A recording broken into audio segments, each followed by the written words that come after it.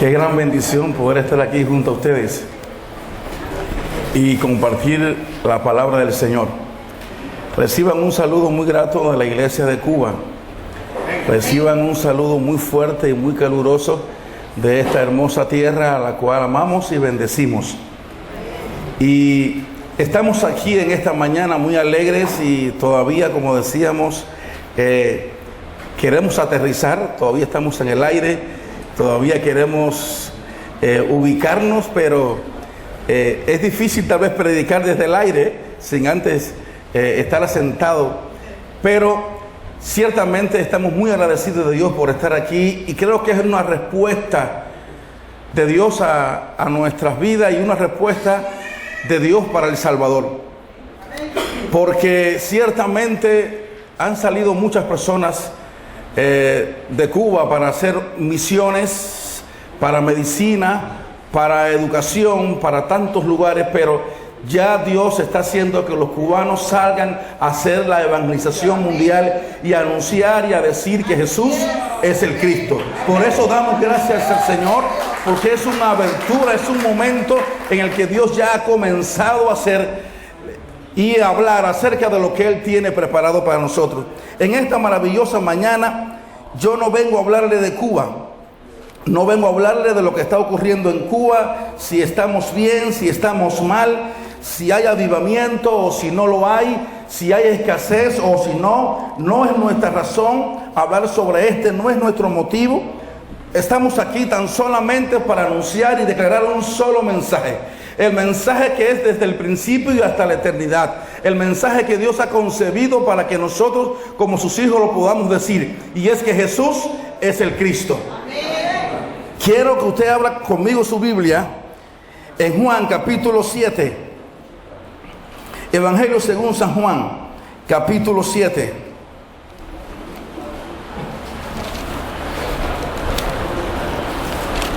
Quisiera que si digo una palabra que no se ajusta al Salvador, por favor, discúlpeme.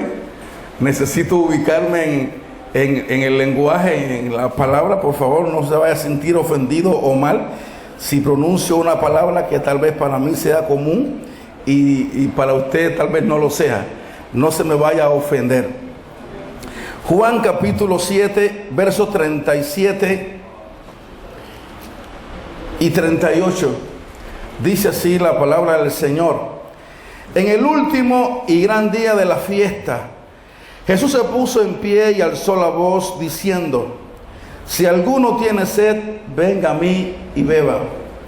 El que cree en mí, como dice la Escritura, de su interior correrán ríos de agua viva. Gracias te damos, Señor, por tu palabra. Gracias por revelarte a nuestras vidas como el Cristo. Gracias, Dios, por darnos la oportunidad de también poder expresarle a esta nación que tú eres el Cristo. Por eso te pido, Espíritu Santo, que te reveles al corazón de ellos y les muestre a través de tu palabra que tú eres el Cristo también para El Salvador. Que tú, Dios mío, eres el único que puede salvar esta nación. Y que si creen en ti, como dice la Escritura, de todo El Salvador se convertirá en una fuente de agua que va a saltar para bendecir a Latinoamérica. El Salvador se convertirá en un fuente, en un río vivo que llevará un mensaje claro y definido hacia toda su nación. En el nombre de Jesús, gracias. Amén. Muchas personas creen, yo diría que todos son creyentes, pues el hombre es un ser espiritual y está determinado para que busque a Dios y tenga sed de Dios, pero no todos creen de una manera correcta, no todos creen de la manera en que Dios ha determinado que el hombre debe de creer. Muchos creen de una forma teológica o desde una posición teológica, desde una interpretación teológica, porque anteriormente alguien lo interpretó desde este punto o desde esta manera, y a partir de ahí su fe se basa en una posición de interpretación bíblica.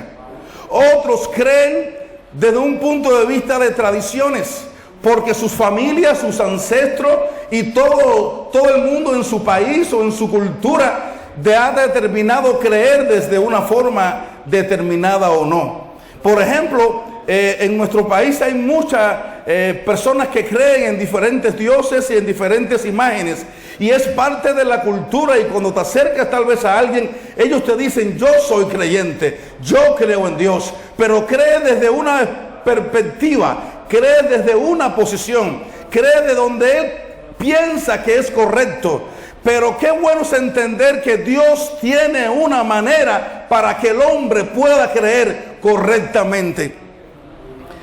Hay otros que creen según su conveniencia, porque le conviene creer, porque hay un beneficio al creer de esta forma, porque de esta manera o de otra manera su vida recibirá algún logro o algo que lo pueda llevar al éxito o a la satisfacción personal.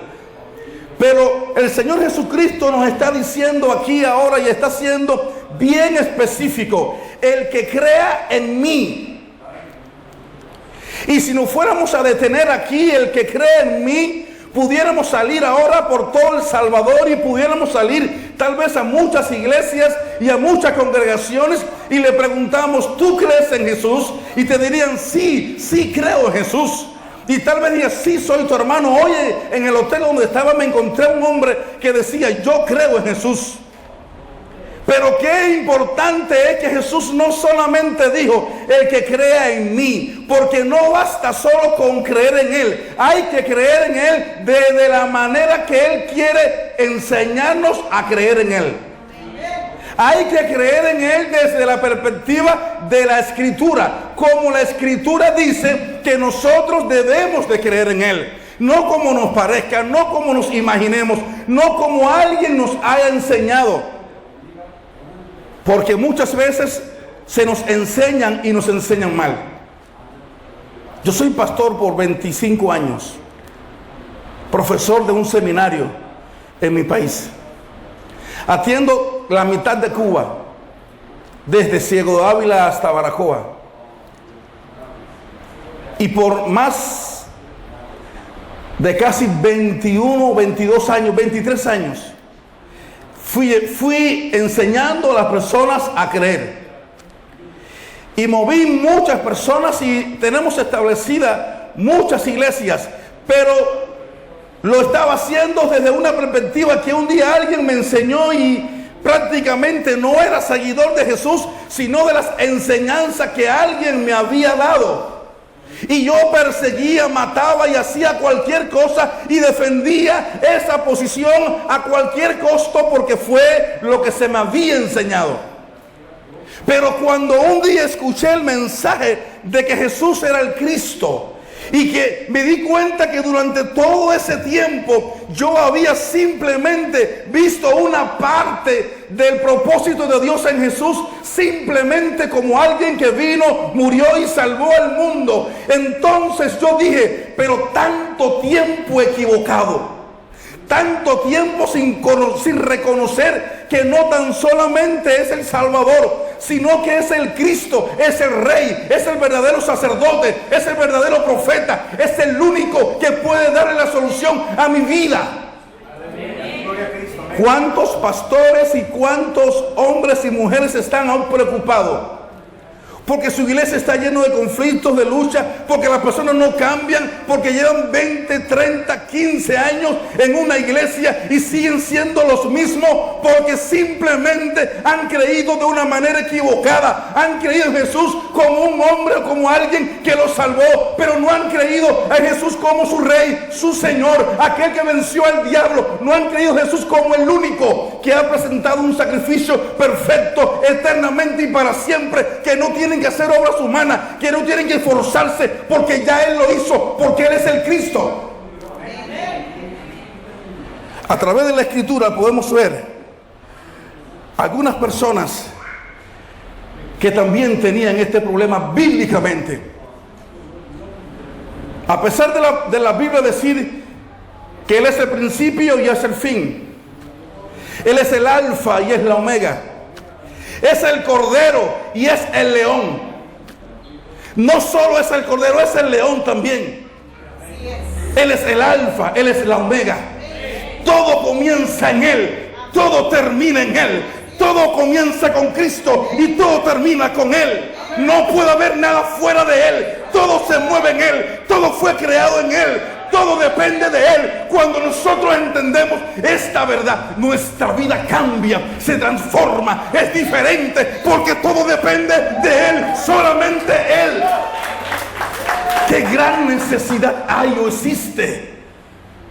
¿Cuántas personas existen hoy con este concepto?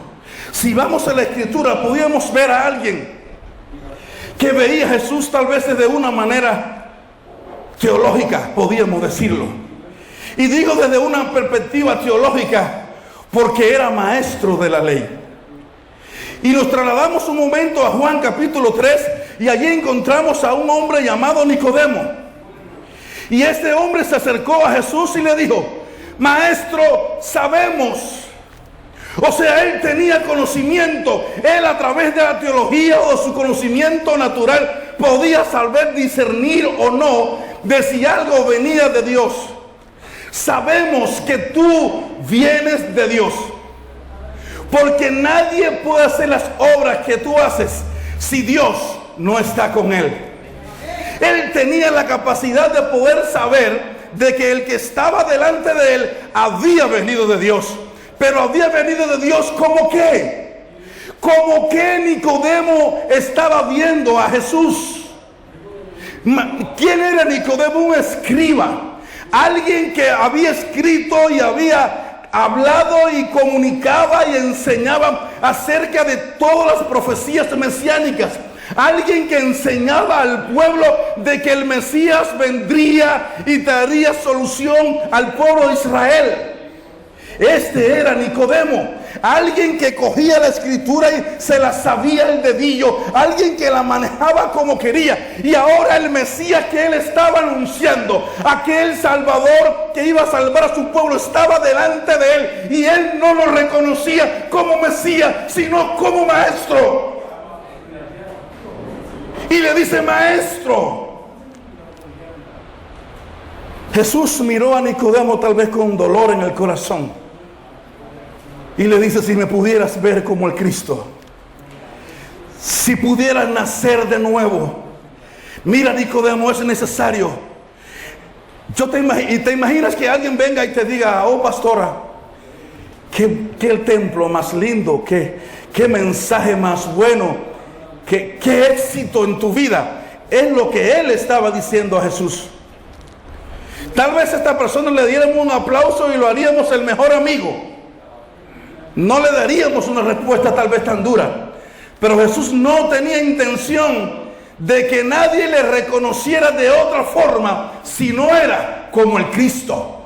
Por eso cuando Nicodemo le dice: Maestro, le dice: mira, Nicodemo, te es imperiosamente necesario todo el conocimiento que tienes de la Torá, todo el conocimiento que tienes de los profetas, todo el conocimiento que tienes de los salmos, no te sirve. Te es necesario nacer de nuevo. De lo contrario, no vas a entrar al reino de los cielos.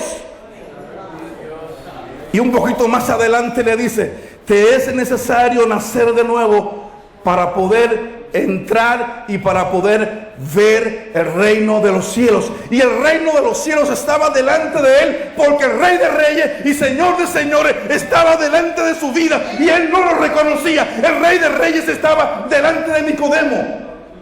El reino estaba ahí. Por eso Jesús está diciendo: tiene que abrir tus ojos, Nicodemo. Tiene que ser iluminado, Nicodemo. Pudiéramos hablar mucho de esta palabra. Pudiéramos hablar tal vez de la regeneración y de cuántas doctrinas, pero no es la intención. La intención es poder que usted pueda comprender que el mensaje correcto o la interpretación correcta, no importa nuestra experiencia religiosa, no importa cuántos conocimientos teológicos podamos adquirir, cuántos títulos podamos obtener.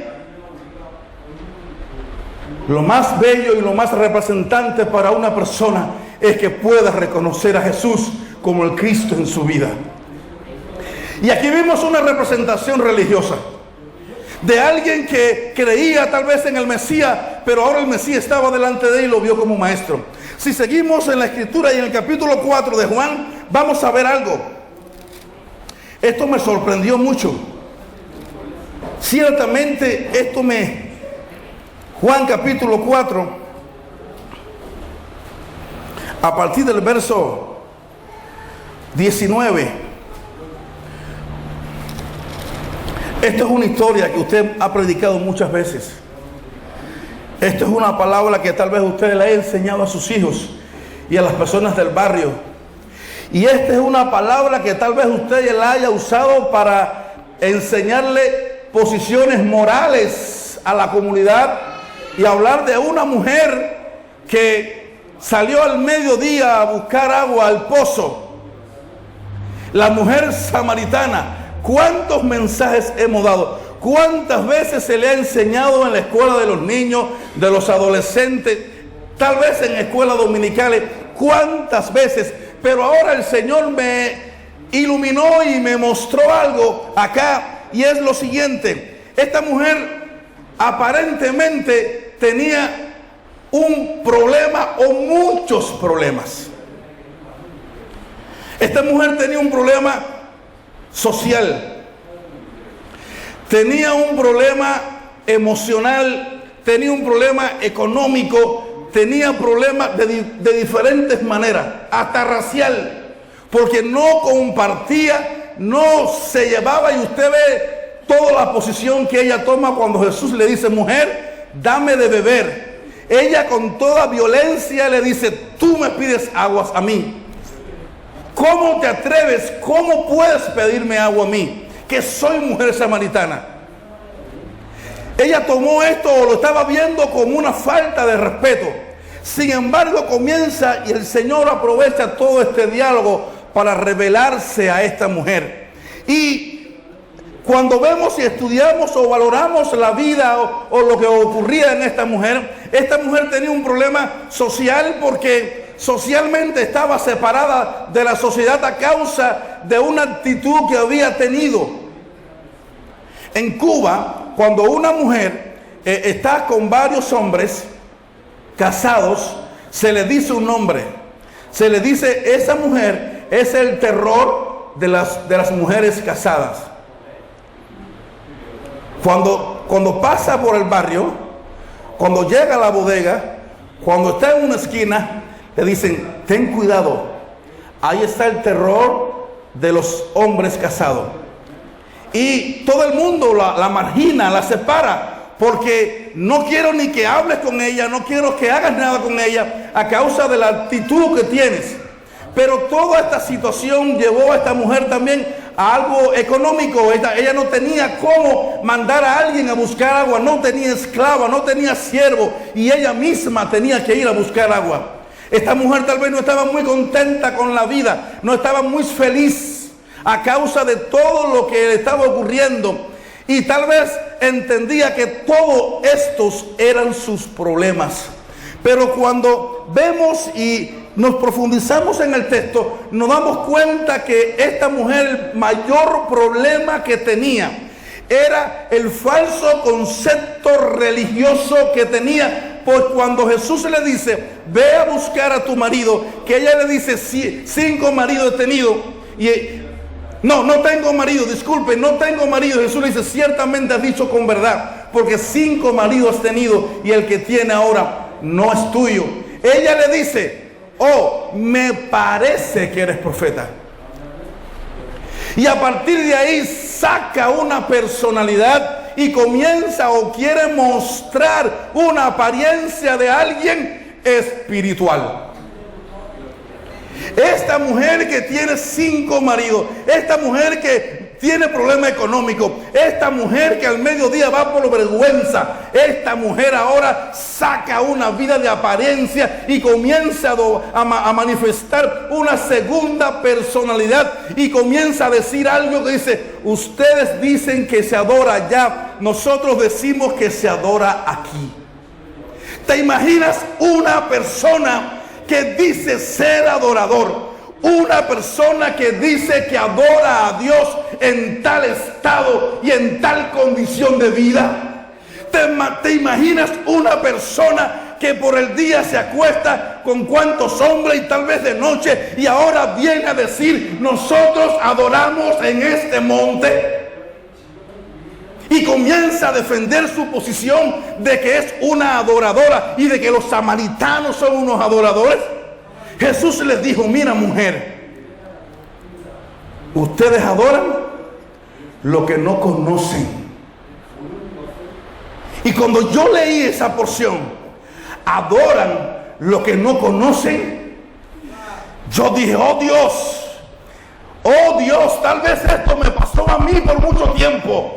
Tal vez yo estuve adorando a un Jesús que no conocía. Yo estuve adorando a un Dios que decía que estaba vivo, que era esto, que era aquello. Pero yo no conocía a ese Dios que dentro de mi corazón yo quería darle una verdadera adoración, porque no estaba creyendo como dice la Escritura. Esta mujer tampoco lo estaba haciendo. Y él le dice: mira, mujer, viene la hora, y la hora es cuando los verdaderos adoradores adorarán al Padre en espíritu y en verdad. Mira, mujer, no en este monte. Mira, mujer, no en esta posición.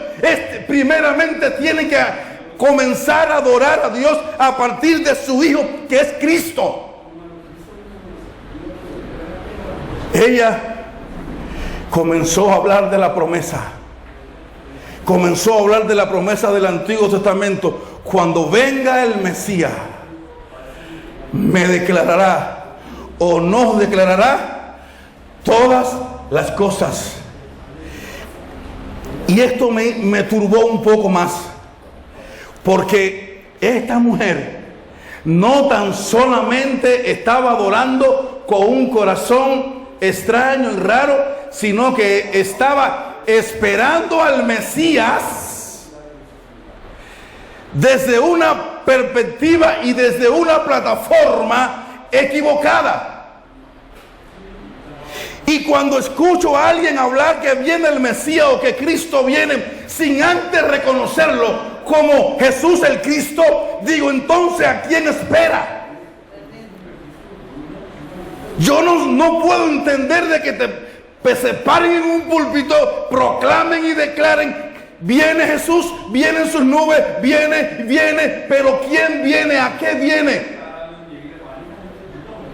Porque al no reconocer y no entender que el Cristo que fue anunciado en el Antiguo Testamento, el que vino, murió, resucitó, fue al cielo, el Cristo, el que vuelve.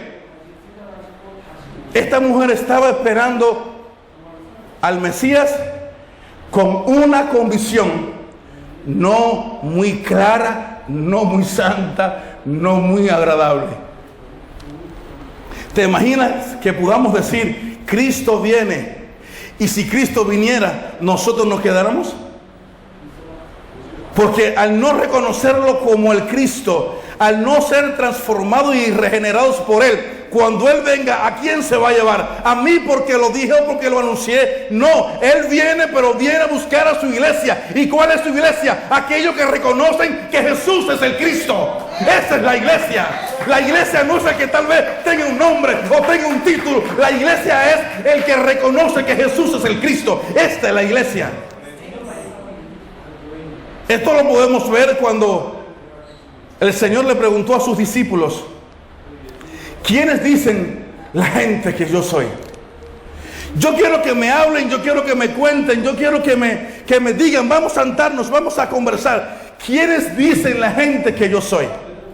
Y los discípulos comenzaron a dar ideas y a decir, y a haber escuchado lo que la gente decía. Y unos dicen que eres Juan el Bautista.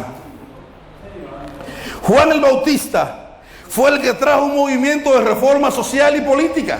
Juan el Bautista dio un mensaje de arrepentimiento y le decía a aquellos fariseos: generación de víboras, ¿quién os enseñó a escapar de la ira venidera? A hacer frutos dignos de arrepentimiento. Y Jesús estaba ministrando y estaba enseñando, y mucha gente creía que Jesús era el continuador de Juan el Bautista. Otros creían que Jesús era Elías, el profeta de fuego, el profeta de poder, el profeta de gozo, el profeta que consumía. Otros creían que era Jeremías, el hombre que lloraba, que gemía. Y otros creían que era cualquier tipo de profeta. Pero hubo algo importante. Él no les dijo nada, él no emitió criterio cuando le dijeron lo que las personas creían de él. Él se detuvo y le dijo: está bien, ahora yo quiero que me digas, ¿qué dicen ustedes que yo soy? Y la pregunta mía tal vez para usted hoy: ¿quién es Jesús para ti? ¿Es tan solamente alguien que sana, restaura, salva familia? ¿Es alguien que socialmente puede hacer algo importante? ¿Es alguien? ¿Quién es Jesús para ti?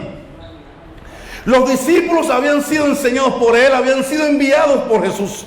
Ellos habían visto las señales hechas. Ellos vieron el cielo abrirse y a Satanás caer como un rayo, y regresaron con gozo diciendo: aún los demonios se nos sujetan en tu nombre. Ellos habían tenido experiencias palpables y visibles. Sin embargo, a pesar de haber servido al Señor, todavía no entendían y no sabían quién estaba, quién le había enviado. Ellos no tenían definido el nombre de aquel que le había enviado. Cuando Jesús le pregunta, se hace un silencio sepulcral.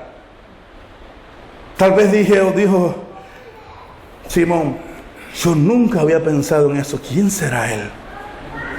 Después de vivir 3 años, ¿quién será él? ¿Será el Cristo o no? ¿Será el hijo de José? ¿Será el carpintero? Ciertamente, ¿quién es él? ¿Te imaginas un creyente después de 20 años en una iglesia, después de haber estudiado un pastor, después de haber estudiado teológicamente, después de haber sido instruido y en la teología todos los oficios, y ahora alguien se le acerca y le dice: quiero que me diga quién es Jesús y qué es Jesús? Y no puedo decirle, no tenga una respuesta. Ahora, eso es entendible. ¿Por qué entendible? Porque solamente Pedro pudo tener la respuesta, y esta respuesta no dependió de él. Pedro dijo: tú eres el Cristo, el Hijo del Dios viviente. Pero esta respuesta no dependía de un conocimiento humano o teológico. Esta respuesta dependía de una revelación del Padre al corazón, que pudiera abrir sus ojos y entendiera que el que estaba delante de él no era cualquier persona, no era Jesús el Hijo de José, era el Cristo, su Hijo. Amén. Entonces, cuando entendemos que aunque muchos escuchen esta palabra, aunque muchos oigan y prediquen, solamente aquellos que les es revelado el mensaje eterno, el mensaje escrito, estos podrán entender que Jesús es el Cristo. Ahora, cuando el Señor les dijo, cuando Pedro respondió que Jesús era el Cristo, Dios le dio algunas bendiciones. Y le dijo: número 1, eres bienaventurado. Bueno, yo he predicado a Cristo tantas veces, yo he hablado de Jesús tantas veces, yo desde el púlpito, desde miles de lugares, yo creo en Jesús. Ellos también. Pero a Pedro, cuando pudo reconocer que era el Cristo, no solamente el Padre se lo había revelado, sino que a partir de ese momento el Cristo le dice: Pedro, eres bienaventurado. Pedro, sobre esta roca edificaré mi iglesia. Sobre esta verdad central de que yo soy el Cristo, mi iglesia va a ser edificada. Y a ti, por tener la revelación, te entrego las llaves. Solamente a los que reconocen a Jesús como el Cristo se le entrega la llave del reino de los cielos. Yo no sé si usted está entendiendo eso. Yo no sé si usted ha querido por mucho tiempo tener o lograr cosas en Dios, pero no sabe cómo entrar, no sabe cómo lograrlo. Y es que desde la plataforma que teníamos no es posible. Solamente los que les es revelado que Jesús es el Cristo, se les entrega las llaves. Solamente a los que entienden que Jesús es el Cristo, se les da la potestad de hollar, de pisotear serpientes, escorpiones y sobre todas las fuerzas del mal, y nada les puede dañar, porque las puertas del Hades no van a prevalecer contra la iglesia. ¿Pude escuchar eso? Amén. Cuando yo entendí que yo fui diseñado para en Cristo ser más que vencedor, para en Cristo no tener una victoria, sabe que no es lo mismo tener una victoria a ser más que vencedor. Ahora hay un campeonato de fútbol y hay una copa de atletismo, estaba escuchando, una copa de fútbol y una competencia de atletismo, y todos corren y todos son eliminados según la competencia que vayan haciendo, pero únicamente el que corre legítimamente y llega al final, este es premiado. Entonces no todos los que corren, no todos los que tienen algunas victorias son más que vencedores. Por eso nosotros debemos de entender que nuestra victoria, y para lograr ser más que vencedores, esto solamente se encuentra y nace cuando se nos es revelado que Jesús es el Cristo en nuestras vidas. Quiero que usted busque por un momento este pasaje que está en Juan 20:31. Ayer se habló mucho de él.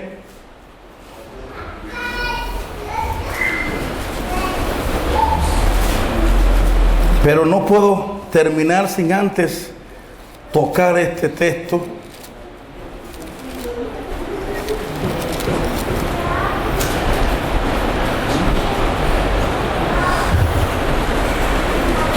Cuando yo conocí esta verdad y decidí creer correctamente, yo hice algo.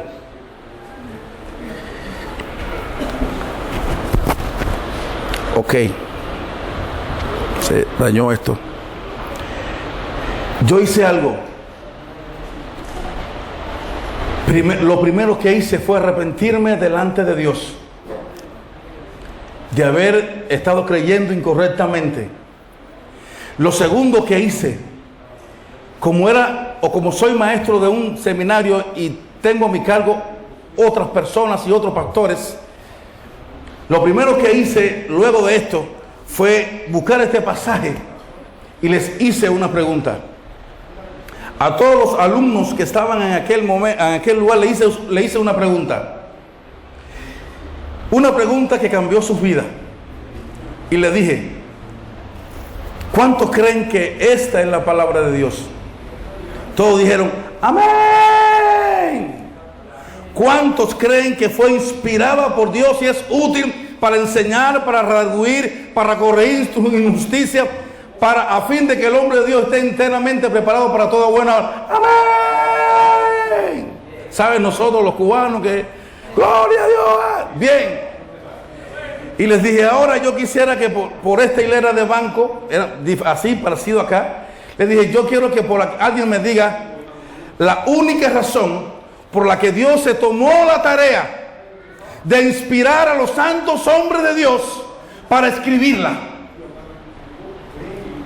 Dios es un Dios de propósito, y cuando Él quiso y se propuso dejar una Biblia escrita, fue como un propósito. Yo quiero que ahora usted me diga el verdadero propósito por lo que la Biblia se nos fue dada.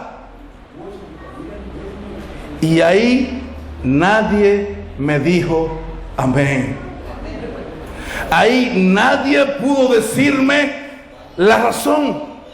Unos decían: porque es luz. Otro: porque es la verdad. Otro: miles de respuestas. Y sabe algo, el día que ocurrió eso, yo no podía darle la respuesta porque yo estaba llorando mucho. Estaba llorando mucho porque yo decía, y les dije a ellos, yo soy el responsable de que ustedes no sepan la verdad acerca de por qué fue escrita la Biblia, porque muchos de los que están aquí fueron instruidos por la enseñanza que un día yo le di. Y le hice esa pregunta porque yo tampoco tenía la respuesta. Yo tampoco sabía. Si alguien me paraba afuera y me preguntara, bueno, ¿y para qué tú tienes esa Biblia? ¿Y para qué tú andas con ella? ¿Y por qué la lees tanto? ¿Y por qué simplemente todo es Biblia y la Biblia? Y la Biblia dice, y la Biblia dice, ¿pero por qué? ¿Para qué? Y cuando esta verdad salió a mi vida y yo le dije y le leí este pasaje que dice, hizo además Jesús muchas otras señales en presencia de sus discípulos, las cuales no están escritas en este libro, pero estas se han escrito. Estas se han escrito con un solo propósito. No es para que hablemos de Moisés o tengamos un conocimiento arduo y seamos biblistas. No es para que hagamos tesis y no es para que hagamos estudios. No es para que alguien reconozca que tenemos dominio de ella y la conocemos desde Génesis hasta Apocalipsis. No es para que nosotros al pararnos en algún lugar seamos capaces de intimidar a tantas personas recitando tantos pasajes bíblicos. No es para nada eso. Es para que creamos que Jesús es el Cristo y creyendo en Él tengamos vida eterna. Esa es la razón por la que el Señor nos dejó esta Biblia. Esa es la única razón. No existe otra razón. Aleluya. Cuando yo les dije esto, su rostro, ¿sabes? La mayoría somos mulatos, se pusieron blancos, así como los coreanos, blancos. Y como que se quedaron sin aire, y así, pero ¿cómo es que yo no lo había visto antes? ¿Cómo es que estaba ahí y no leí tanto? Pero ¿cómo es eso? Les dije, ¿cuántos entienden esto? De todo esto quiero animar a los pastores. De todo esto y de toda esa enseñanza que hice, porque es difícil. Muchos entendieron esto, otros no. Y muchos de los que no entendieron empezaron a decir que ahora el pastor después de 20 años estaba enseñando cosas raras. Y me dijeron, ahora el pastor se ha vuelto unitario. Ya no es trinitario, ahora es solo Cristo es unitario. Ya no cree en el Padre, ya no cree en el Hijo. Y comenzaron a decir cosas. Y ahora el pastor es calvinista, cree en la predestinación y se comentó toda atmósfera bien fuerte. Y yo lo único que hice con los que habían entendido el mensaje fue gastarme en enseñarle más. Y algunos me dijeron, pastor, nos vamos a quedar sin iglesia, todos se van a ir. Y yo le dije, en el tiempo de Jesús, hubo un momento que también a Jesús, los que le seguían, le dejaron. Y Él les preguntó, ¿acaso quieren irse vosotros también? Y ellos dijeron, no, vamos a permanecer. Le digo, mira, si yo teniendo el mensaje equivocado, tenía mucha gente y todos estaban mal, no me preocupa. Si ahora teniendo el mensaje correcto hay 3 personas, bendito sea el nombre de Cristo. No importa, con 3 personas vamos a seguir. Y permanecimos en la oración, cambiamos la oración. Ya no oramos, Señor, danos un poquito de esto, Señor, suple, Señor, provee, Señor, no hay. Ya eso no existe, porque en Cristo está todo, en Él lo tenemos todo. Ya no hay que pedir otra cosa. Señor, revela a mi Cuba que Jesús es el Cristo. No hay otra oración, no hay otra petición. Y cuando fueron los hermanos ahora ya a Cuba, fueron 21 denominaciones. Y ellos no sabían, yo no les había comentado el momento en que estábamos atravesando a causa del mensaje. Pero yo no sé cómo todos los que se habían ido escucharon que venían los hermanos de Corea a hablar acerca del mensaje de Jesús es el Cristo. Y el último día, domingo, estábamos en una escuela dominical y se llenó todo el templo, todo estaba lleno de los que habían sido fieles y de los que no habían entendido y se habían ido. Y entonces, tal vez ellos me veían llorando y no sabían lo que estaba ocurriendo, y yo decía: Dios, gracias, porque yo no lo busqué, yo no salí a verle. Tú le tocaste el corazón, Padre, y te revelaste a su vida y han venido hoy. Y cuando se hizo el mensaje de que quienes iban y reconocían a Jesús como el Cristo, todas aquellas personas que se fueron regresaron llorando y pidiéndome perdón, diciéndome: pastor, perdónanos, estábamos equivocados. ¡Qué gran alegría! Lo que el mensaje incorrecto te quita, las consecuencias de haber predicado un mensaje incorrecto, las consecuencias de haber creído de una manera incorrecta. En el momento que tú haces arreglo, surge algo, surge un efecto, hay una ruptura, hay una confesión, hay una confusión. Pero cuando decides creer de una manera correcta y te humillas delante del Cristo, Él te restaura y te restituye y te trae todo lo que Él tiene concebido, revelarle el mensaje de que Él es el Cristo. ¿Quién es el pastor de la iglesia?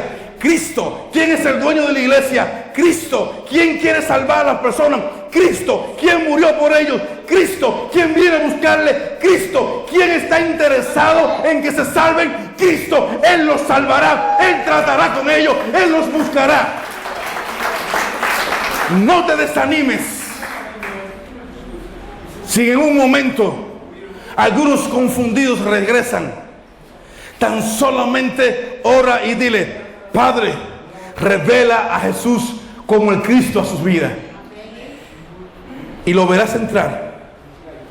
Lo verás entrar, y no solamente lo verás entrar a ellos, lo verás entrar acompañado de sus familias y de otros que ellos le van a llevar el mensaje, porque comienzan a creer correctamente. Dios bendiga mucho a este pueblo. Dios derrame su gracia. Es difícil para un pastor cuando eso ocurre. ¿Sabe? Ciertamente se te sacude los riñones se te sacuden. No el corazón, los riñones se te sacuden. Viene la tristeza. Pero cuando tú te postras delante de su trono y puedes decirle: por haberte reconocido como el Cristo, hoy los que estaban conmigo se van. Por haberte reconocido como el Cristo, ahora muchos me juzgan y me tildan. Llega a mí esta palabra: que estaban con nosotros, pero se fueron porque no eran de nosotros. Y la oración es: Padre, solamente tú puedes revelarle y mostrarle la verdad. Padre, solamente tú puedes manifestarte a sus vidas como el Cristo. Hazlo. Y hoy yo quiero hacer una oración desde este altar. Aquí donde estoy de rodillas, yo quiero hacer una oración sobre este altar y sobre esta casa de adoración, sobre este lugar que ha entendido la revelación de que Jesús es el Cristo. Yo quiero orar por los hijos pródigos que un día se fueron. Yo quiero orar por ellos y por sus familias, para que puedan entender y el Padre pueda revelarse a sus vidas como el Cristo.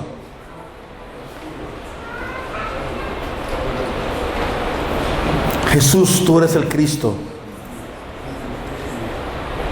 Y esta palabra ha llegado al Salvador. Y es el único mensaje que puede traer de vuelta a las personas del Salvador a ti. Es el único mensaje que puede salvar al Salvador. Señor, y muchas personas estaban acostumbradas a escuchar una palabra, un mensaje, una estructura o una teología o una doctrina.